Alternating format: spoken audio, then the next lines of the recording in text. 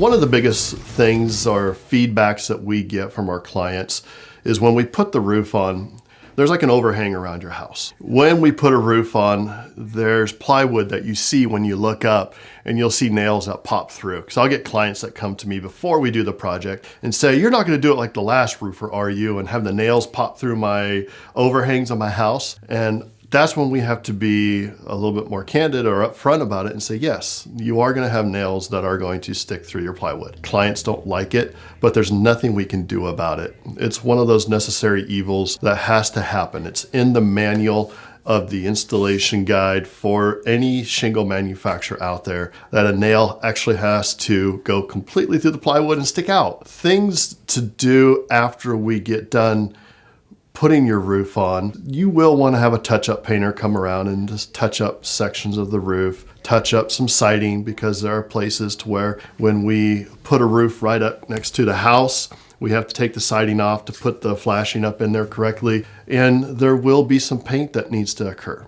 It's little things like that, just little details that we want to make sure that people understand that, yes, it's a construction project. Yes, you're putting a roof on, but there are other things that you will have to do to follow up with it. We do roof year round, and when we roof year round, we do have all kinds of weather that comes at us. Right now we have a client that's up in the hills of Portland, and they're way up in the air. They're around 550 feet in the air compared to the valley floor. They have a lot of wind-driven rain, a lot of wind compared to what you have down in the valley. So our guys are only able to work 2 to 3 days of the week, versus on the valley we can work all 5 days of the week.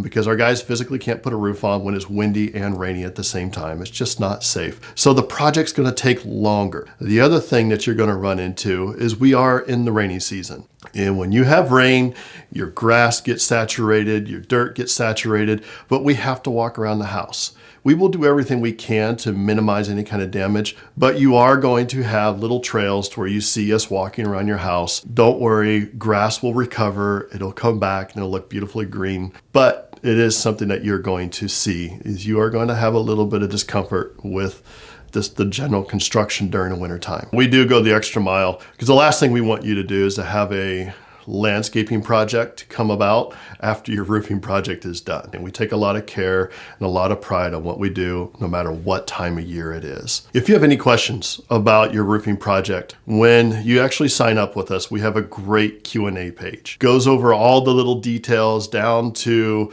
I have plates on my wall. Do I need to take them down because of the vibration? Yes, take them down. So it's a great page to make sure you read through all of it, because it will just set you up for a very nice and comfortable project, and everybody will be happy at the end of the day.